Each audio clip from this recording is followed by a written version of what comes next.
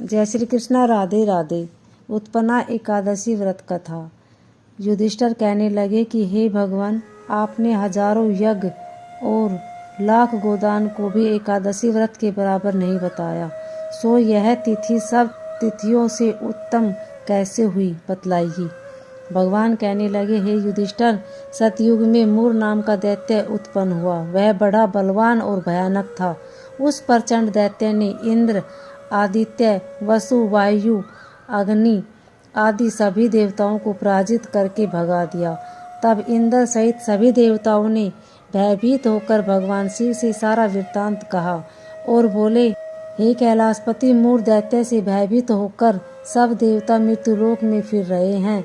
तब भगवान शिव ने कहा, हे देवताओं, तीनों लोकों के स्वामी, भक्तों के दुखों का नाश करने वाले भगवान विष्णु की शरण में जाओ, वे ही तुम्हारे दुखों को दूर कर सकते हैं। शिव जी के ऐसे वचन सुनकर सभी देवता क्षीर सागर में पहुंच गए।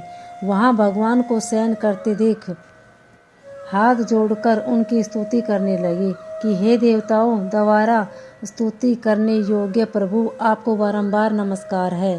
देवताओं की रक्षा करने वाले मधुसूदन, आपको नमस्कार है। आप हमारी रक्षा करें।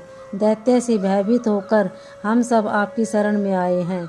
आप इस संसार के कर्ता, माता पिता, उत्पत्ति और पालन करता और संहार करने वाले हैं। आप सबको शांति प्रदान करने वाले हैं। आकाश और पाताल भी आप ही हैं। सबके पितामह ब्रह्मा, सूर्य, चंद्र, अग्नि, सामग्री, होम, आहुति, तंत्र, मंत्र, जप, यजमान, यज्ञ, कर्म करता, भोक्ता भी आप ही हैं। आप सर्वव्यापक हैं। आपके सिवा तीनों लोकों में चर तथा अचर कुछ भी नहीं है। हे भगवान, दैत्यों ने हमको जीतकर स्वर्ग से भ्रष्ट कर दिया है और हम सब देवता इधर उधर भागे भागे फिर रहे हैं।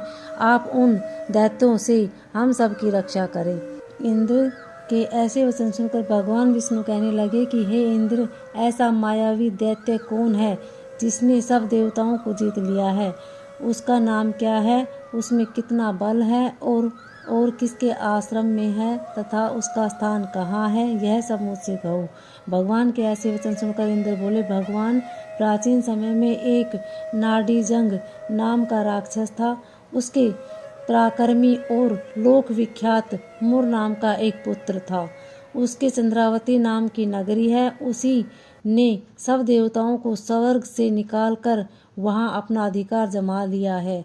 उसने इंद्र, अग्नि, वरुण, यम, वायु, ईश, चंद्रमा, नैत्रक्ष आदि सबके स्थान पर अधिकार कर लिया है। सूर्य बनकर स्वयं ही प्रकाश करता है, स्वयं ही मेघ बन बैठता है और सबसे अजय है। हे असुर निकंदन, उस दुष्ट को मारकर देवताओं को अजय बनाइए। यह वचन सुनकर भगवान ने कहा, हे देवताओं, मैं शीघ्र ही उसका संहार करूंगा। तुम चंद्रावती नगरी जाओ। इस प्रकार कहकर भगवान सहित सभी देवताओं ने चंद्रावती नगरी की ओर प्रस्थान किया। उस समय जब दैत्य मूर सेना सहित युद्ध भूमि में गरज रहा था, उसकी भयानक गर्जना सुनकर सभी देवता भय के मारे चारों दिशाओं में भागने लगे। जब स्वयं भगवान रणभूमि में आए तो दैत्य उन पर भी अस्त्र शस्त्र आयुध लेकर दौड़े। भगवान ने उन्हें सर्प के समान अपने बाणों से बींध डाला। बहुत से दैत्य मारे गए, केवल मूर बचा रहा। वह अविचल भाव से भगवान के साथ युद्ध करता रहा। भगवान जो भी तीक्ष्ण बाण चलाते, वह उसके लिए पुष्प सिद्ध होता। उसका शरीर छिन्न भिन्न हो गया, किंतु वह लगातार युद्ध करता रहा। दोनों के बीच मल्ल युद्ध भी हुआ। 10,000 वर्ष तक उनका युद्ध चलता रहा, किंतु मूर नहीं हारा। थककर भगवान बद्रिकाश्रम चले गए। वहां हेमवती नामक सुंदर गुफा थी। उसमें विश्राम करने के लिए भगवान उसके अंदर प्रवेश कर गए। यह गुफा 12 योजन लंबी और उसका एक ही द्वार था। विष्णु भगवान वहां योग निद्रा की गोद में सो गए।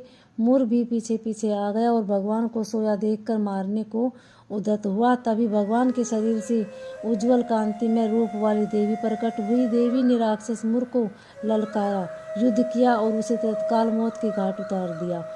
श्री हरि जब योग निद्रा की गोद से उठे तो सब बातों को जानकर उस देवी ने कहा कि उसका जन्म एकादशी के दिन हुआ है, अतः आप उत्पन्ना एकादशी के नाम से पूजित होंगी। आपके भक्त वही होंगे जो मेरे भक्त हैं। तो यह थी उत्पन्ना एकादशी व्रत की कथा। अगर आपको अच्छी लगी तो वीडियो को लाइक शेयर सब्सक्राइब जरूर करें। कमेंट में ओम नमो भगवते वासुदेवाय अवश्य लिखिए। धन्यवाद।